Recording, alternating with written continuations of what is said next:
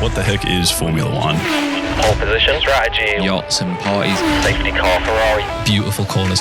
Oh, right, okay. There's a car in front of you. Try and overtake it. Oh, I hate you so much.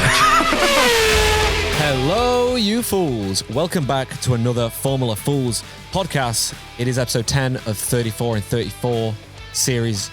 It's episode 10 of the 34 and 34 series that we are doing.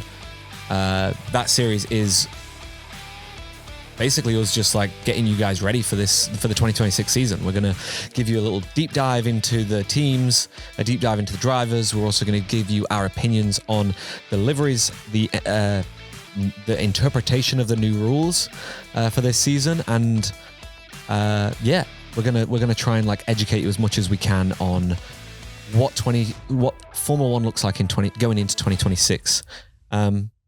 I'm David. I'm your expert, I guess. Kind of not, based on my Fawawi comment a few episodes ago. Skin is still laughing over that. Fawawi. And this is Skin, who is our resident fool.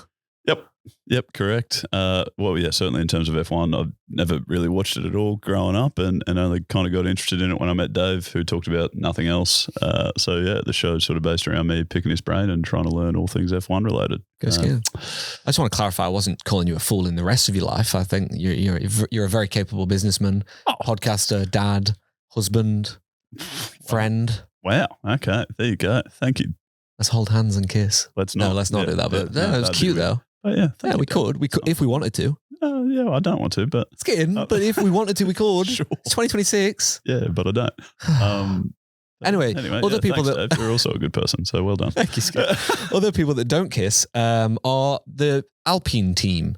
So this is our French. Their name officially is BWT Alpine Formula One team. This is our one and only French outfit on the grid. So they are a French. I just scrolled down. They're a French-owned team based in the UK. Obviously, they are based in Enstone in the UK. So you will hear a lot of pundits, commentators, things like that. Martin Brundle, David Croft. You will hear them refer to this team as the Enstone outfit. They get commonly referred to as, which can be quite confusing for new fans that hear about them. The reason we call them that is because they used to be Renault, then they were Lotus, and they were Lotus Renault, and then they were Renault again, and now they're Alpine. But it's always been based out of their Enstone factory. So it's always been the same base for the team, if that makes sense. Yep. Yeah. Okay. That makes some sense. So that can be quite confusing. And every time I hear them still say that today, I'm like, guys, we've got a lot of new fans to the sport in the last 5-6 years. Like, just call them Alpine. It's like the reason I call Racing Bulls is because if I called them Toro Rosso, any fans from the last 5 years will not know who that is. Yeah. So thanks. I appreciate your work, Dave. Nah, it's all right, Skin. I try and be as helpful as possible. Well done. And as kind as possible. I'm glad I need to preface that at the beginning of this episode because there's going to be some words that aren't kind towards Flavio. Oh, dear. We'll get into that in a little bit. Anyway, so the year founded for this team was 2021 for Alpine. That was when the official rebrand started. But in terms of the Renault eras, they were very popular. Renault were a very popular engine choice in the 70s, 80s, 90s. Williams had a Renault engine back in the day. They've always made very fast engines for Formula One. Renault have. Right. They weren't always in as a works team back in the day. Mm-hmm. They sometimes were, but a lot of the time they were engine suppliers. Back in those days, and they would supply to other teams. And then in the early 2000s, they entered as a works Renault team. They manufactured the engine, they made the car, they drove the car as the name Renault. When was that, sorry? Early 2000s. I think it was like 2003, 4, somewhere around there. Okay. Yeah, they had quite a lot of success in the early 2000s. We'll get onto that in a little bit. Driver most associated with this team, in my opinion, is Fernando Alonso. From his work in the early 2000s for Renault, and then also returning back and driving for Alpine in 2021, I think it was, or 2021, 22 maybe. He had a year or two there before he went on to Aston. Okay. Yeah. Sure. You could also associate Oscar Piastri as being a very iconic person for Alpine. The iconic tweet from Oscar Piastri was one of Alpine's not fine moments, sorry. When all of that drama happened. If you don't know what I'm talking about, I think we'll get onto that in the Oscar Piastri episode that we'll do as one of his most iconic moments. So stick around for that episode, which will be within, I think, the next 3 or 4 days, you'll get to hear that one. So yeah, like, very funny story. The origins of this team, obviously, we call it the Enstone team. They came from Benetton, which back in the 90s, Schumacher won in Benetton and raced for Benetton. Renault actually bought Benetton in 2000 and then rebranded it as Renault for 2002, sorry. In 2005 and 6, they won back-to-back world championships with Fernando Alonso at the helm. 2005 was a very big season. Fernando and Michael Schumacher in the Ferrari were battling it out. Are you confused? Because I said the other day Schumacher's last championship was 2005. Yeah. Yeah, I know. I got it wrong. It was 2004. Right. Okay. Yeah. Okay. Sorry. So Ferrari's era of dominance was 2000 to 2004. Yeah. Yeah. And then Renault 2005, 6. Are we talking drivers' championships or constructors' championships or both? I'm pretty sure they won the constructors in 2005 as well. I do have that here. Yeah, 2005 and 2006, they got the constructors and the drivers' championship with Fernando. Crikey. Yeah, but it was a fantastic 2005 season. Was fantastic. We saw some iconic fashion with Fernando wearing headbands and some weird Renault blue and white merch. In fact, we ran the Gold Coast Marathon in 2024, and the moment we crossed the finish line and we got given the blue and yellow hat, my first thought was, oh my God, it's like classic, like OG Renault merch from back in 2005 and 6. Really? It's like what I grew up seeing on the television was them colours together. Yeah. So that blue and yellow hat, I froth it because it like reminds me of those days. Okay. Yeah, we also got some very funny passion from Fernando Alonso getting out and doing some weird dances on the cars and shit like that when he would win races. But we also got some fierce rivalries with him and Schumacher with some great racing. I think Fernando said an iconic line of like, when they asked him like why he thinks he can beat Michael, who was obviously the best at that time.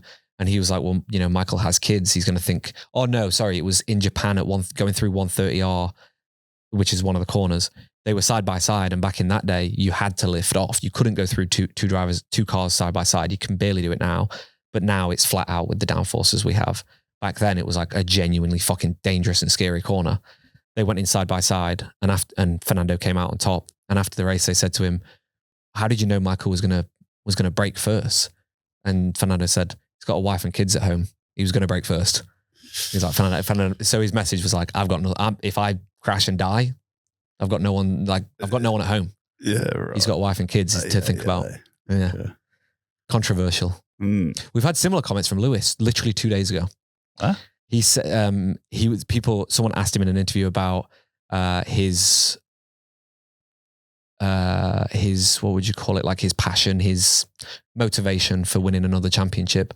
And he said, unlike other drivers, I think this was a bit of a dig at Charles because Charles just got engaged.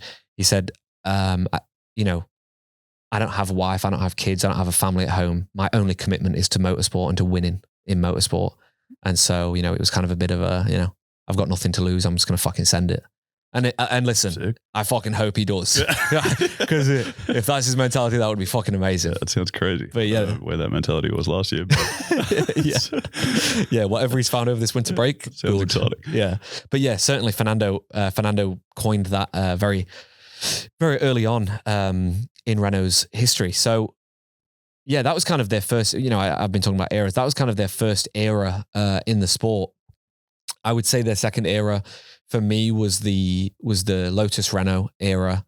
When they were still the Enstone team, they had quite a lot of success. They famously brought Kimi Räikkönen out of F1 retirement, out of his rally and everything else that he was doing, brought him back to Formula One and won a fucking lot of races with Kimi Räikkönen and did really well in the championship during the 2012-13, I think it was, kind of era. As Lotus Renault, yeah. In a black and gold car? Black and gold car, yeah. Very iconic. Okay. Famously, Kimi Räikkönen almost bankrupts the team because he had a clause in his contract where, I can't remember the exact number, I want to say it was something stupid like, if he won a race or podiumed, it was like $1 million for winning a race bonus and then like something like $500,000 for podium. It was something stupid. And that clause almost bankrupted the company because he podiumed and won that many times. What? Yeah. So it was like some Why would fucking... they sign that? Because they needed a big star name. Right. And I just don't think they ever thought they were going to be as fast as they were. Okay. But the Renault engine during that time, like Red Bull had the Renault engine. It was just the fucking best engine at the end of the V8 era. Right. Okay. So yeah, I just don't think they expected it to be that dominant. That's amazing. Surely you think about that in terms of like, well, how many more dollars does a win make us? How many can we afford to give per win? Yeah. You know, Yeah. Not just like, oh, we're not going to win, so who cares? Listen, there's been a lot of bad business mistakes in our sports skin. You know, back in the 90s, they didn't care about fucking losing money every year. I mean, Lotus certainly did not make any money during the Kimi Raikkonen era. But yeah, Kimi Raikkonen and Roman Grosjean, fantastic team. The car was beautiful. Was just iconic. It was just iconic to see that them colours back on the grid, and to see them doing so well. Unfortunately, you know, we went into the Gonzo nose eras. I don't know if you've seen this. I have no idea what that meant. There was a safety rule brought into Formula One where the noses were really high in like 2012, 2013. So you would look front on a car and the nose would be sat up like that, almost eye level with the driver. They were looking at them now, really weird looking fucking cars. Right. And they had like it would go from the driver down and it would have a step and then it would go back out like that because it had to be a certain height. So it couldn't be in line, but it was as high as possible so they could push air underneath the car. And it was an aerodynamic advantage at the time. They brought a rule out where you had to have the nose down to where we see them today, down close to the front wing. Mm-hmm. So the noses would stick out and they would have this crazy scaffolding going down and the front wing would sit on the scaffolding. So we used to see a lot more front wings just fly off because the carbon fiber holding it on would be tiny like that, holding the front wings together. So we had this new rule come in place where the front of the nose had to be solid carbon fiber for like the first 15 centimeters or something like that. And it had to sit really far down. So we would see cars with like penis looking carbon fiber genuinely coming out the nose and just drooping down like a soggy penis.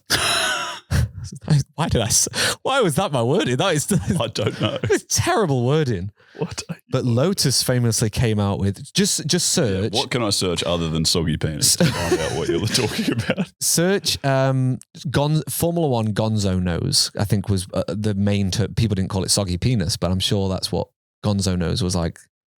The term people coined it with. Gonzo nose. Yeah. How would one spell gonzo? Let me see what you've got there. Yeah, right. That is yeah. You see what I mean? What the hell is that? It just looks like a penis. That is so bizarre. Isn't it? Yeah. Yeah. I'll put it on screen for anyone watching on YouTube. So Lotus, during this era, took like their pace had dropped off when this kind of era came in, with the turbo hybrid engines. Renault really fucking got it wrong, so the engine sucked. But they came out with a two-pronged nose and had two droops like that either side. And everyone was doing weird shit at this time. It was fucking bizarre. I don't know why this was a thing, but this was on cars for like 3 or 4 years. Like they did this for a long time. What? It's so fucking weird to look at. Okay. Yeah, and then they would have some of them. I remember the Ferrari had it. They would have it flat going down, and then they would have a little stubby penis sticking out the end of it. Wonderful. Yeah, right. Yeah. That makes no sense. I know. Like, surely you can look at that and think that's not the fastest car. But that's not the fastest way to build a car. So if the rules are written such that that's the fastest way you can build a car, then change the rules. Well, okay. But this is the really funny thing is we have the same rules on the front nose now, and yet we don't do it. Well. So why the fuck? And the really bizarre thing was that car launch season, the first car that came out and had it, everyone was like, what the fuck? And then the second and the third, and everyone did the same thing. And none of them they're not allowed to share secrets or anything. So all of these brilliant aerodynamicists and engineers all came up with the same idea. That is correct. But they all had like you just saw the Toro Rosso one there, which was probably the most extreme one. There was a lot of different variants, but yeah, like all of these aerodynamicists and engineers came up with this being the best idea, but they all had it slightly different. They had slightly different variants of it. Okay. Like, yeah, you see the Caterham one there with the weird like notch and then fucking step. Yeah. You've got, I think the Williams one is below that, which is a bit shorter, but stubbier. Sure. Just everyone came out with the exact same thing, but it was very different shapes of penises. Dave. Okay. All right. I feel like that's a tangent. I don't know. It is a tangent, but that ends era 2, the Lotus Renault era. That kind of faded away when the turbo hybrid era came in and when this silly aerodynamics came in. Their pace dropped off. Kimi went back to Ferrari after his success that he had with Lotus Renault. Great radio message in this era that I want to point out. Kimi Raikkonen's engineer came on the radio and was telling him the times of the driver ahead and behind him. And Kimi was like, you don't fucking need to tell me every fucking lap how far ahead I can fucking see that. And then he tries to give him some more information the following lap, and Kimi just goes, leave me alone, I know what I'm doing. And it was just like that quote is still printed on t-shirts today. Like you'll still go on Etsy, search Formula One, you'll still see, leave me alone, I know what I'm doing. Nice. Like Kimi Räikkönen is a weapon at radio messages. Anyway, so this leads us into era 3 of the team, which is kind of the Renault coming back into the sport after the Lotus Renault in the late 2010s, and then rebranding into Alpine fairly soon after that, and through to today kind of thing. So yeah, Renault joined back into the sport. Didn't have a lot of success. They had drivers like Nico Hülkenberg, Daniel Ricciardo, Carlos Sainz raced there for a little bit. So they had big names, but they always had they're kind of known for ruining Daniel Ricciardo's career. At this point, Carlos went there, decided it wasn't for him, racked off as soon as humanly possible. This came off the back of Red Bull dropping them as an engine supplier. And I think they were kind of a bit butthurt from that. So they were already in the sport, but they invested more money into their own team and tried to make it work. And Drive to Survive documents it quite well that they didn't do that well. So yeah, Alpine took over. Obviously Alpine and Renault owned by the same, they're like basically the same thing, but different car manufacturers. And so the Alpine ran the Renault engine. It's like, how Ferrari and Fiat and Alfa Romeo, they're all linked. They're all within the same family. Right. Like they're all owned by the same company. Owned by the same parent company or something. Right. Like Cadillac and Ford. They're all owned by General Motors. Okay, sure. Wait, so Alpine? I think Alpine owns Renault. Right. Okay. Could be the other way around. I can't remember. But yeah, it's like that kind of vibe. Okay. Yeah. So Alpine is, as well as being an F1 team, is some other company that... They manufacture cars. Oh, really? Yeah. They're not that popular. They're like... to be honest, I've only ever seen like 2 or 3 in my life. Oh, well. Yeah. There was an Alpine dealership 5-minute walk away from where I used to live in Manchester. And I saw that they had the Alpine F1 car in the window. Could not tell you what any of their Alpine cars looked like because no one cared. They just looked at the F1 car. So that was the coolest thing. Perfect. So they rebranded to Alpine, kept the Renault engine, and then they ran that through till 2025. And now going into 26, they have gotten rid of their own engine and are now a customer for Mercedes. Mercedes. All right. Nice. Yeah. So no Renault engine. No Renault engine anymore. They racked that off well and truly. Okay. So this rebrand, so they've changed their name 1,000 times. This rebrand to Alpine.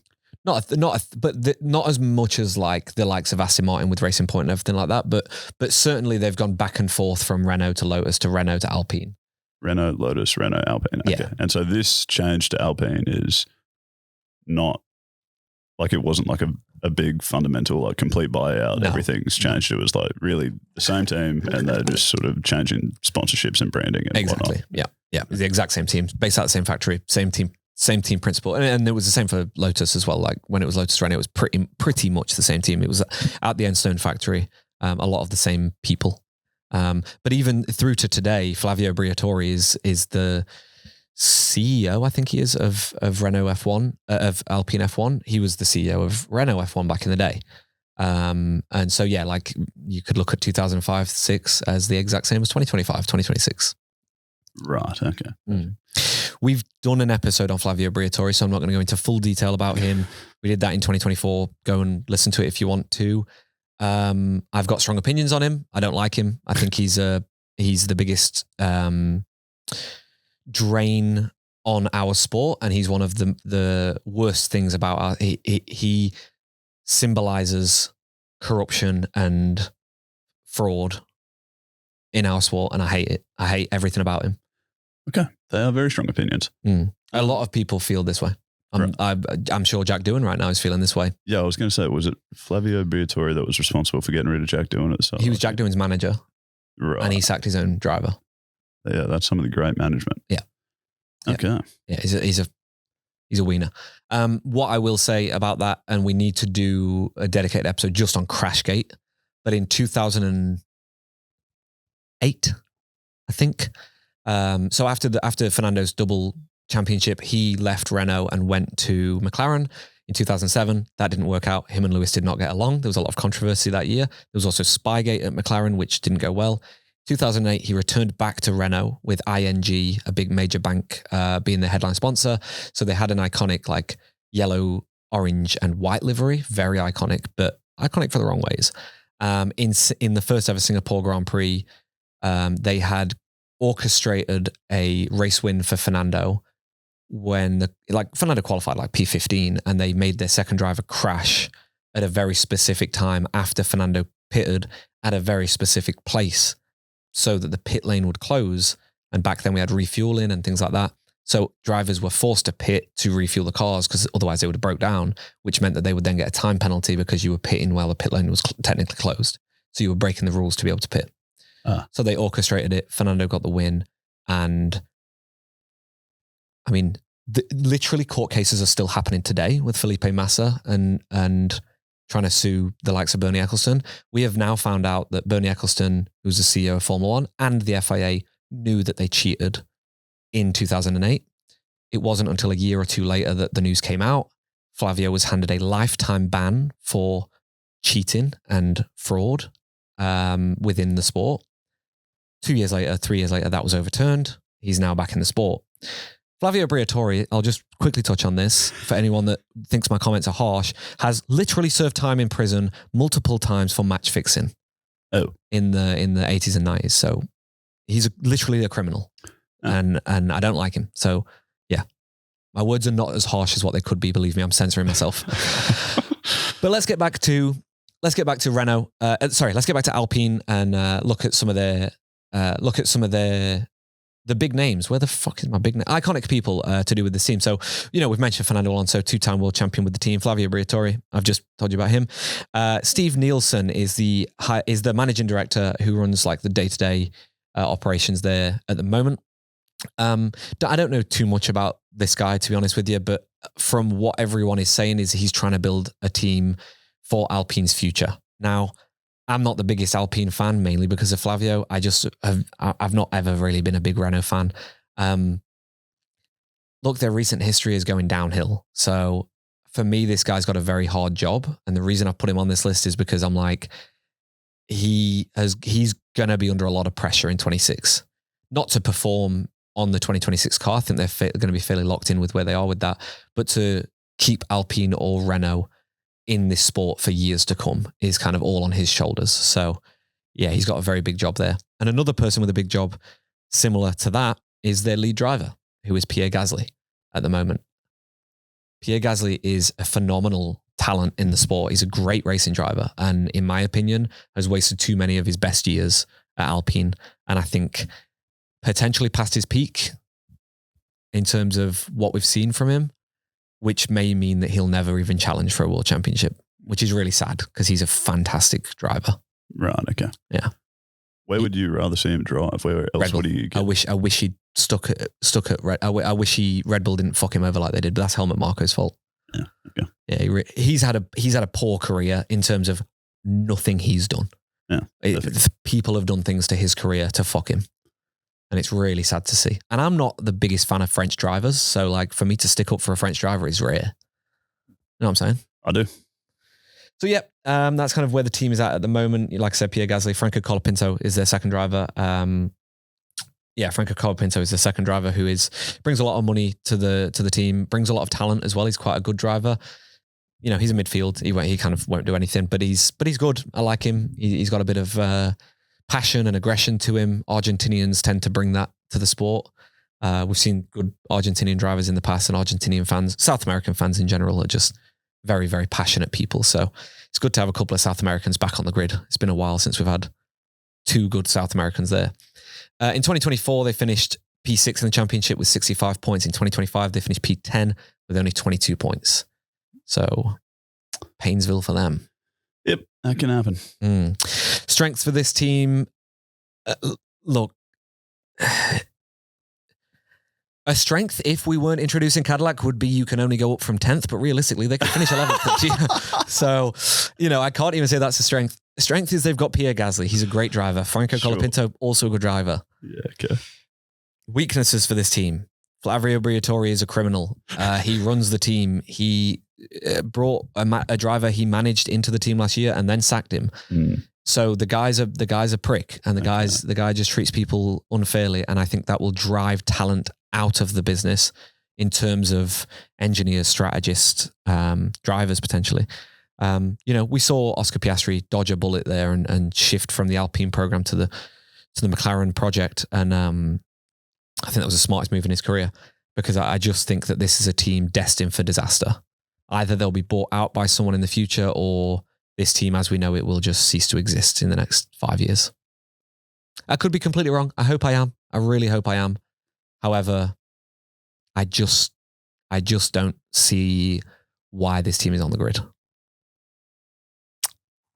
They're out. You know what I'm saying? I know what you're saying. Yeah. I don't have a heap to add. Yep. Well put. Yeah. Kind of just feels like since 2017, every year, I can't remember who the guy was back in 2017. That was their French guy. He was very passionate about bringing Renault, but then Alpine, to the front of the grid, and it was very much like, we're investing in the future. We want to compete for championships and wins again. Like, we've got this history, and I was like, fuck yeah, like go for it. And they've just done nothing since 2017. They've just gone backwards since 2017, and I think last year was a bit of a joke for them. So. Yeah. And if your car's so slow, you're going backwards. I mean, that sucks. That's not what you want. Like, I don't know much about racing, but I reckon forwards is better. That's a good starting point. Yeah. Also, I could be saying all this about them right now. Williams were right here in 2018, 19 through till 2022, 3. This is exactly where Williams were. True. And we were in the pits. Like, we were fucking struggling. Yeah. So like I could be 1,000. Williams had turned it around, but Williams turned it around because we had big buyers and we changed our management system and da. Like, we did big things, and I think Alpine are in need of doing the same. Okay. All right.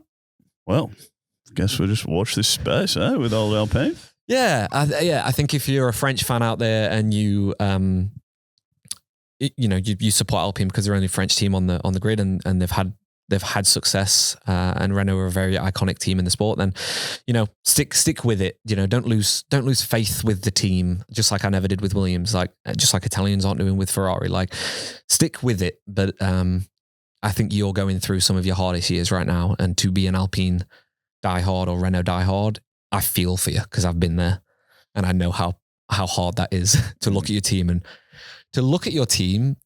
and know that there's not many good people there, and to know that the car's probably not going to be that great is like the most painful thing in the world. Yeah. Okay.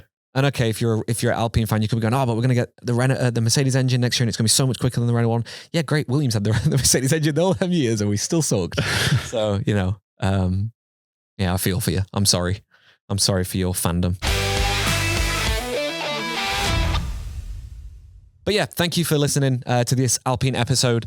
If you have enjoyed the first 10 episodes in this series that we are doing, then please drop us a follow on social media, on Apple Podcasts, Spotify, things like that. Use the comments, use our DMs to get in touch and tell us how you're finding the shows and how you're enjoying this series. If you disagree with anything I've said in this, drop us a comment, drop us a message. I'd love to hear why you disagree and debate.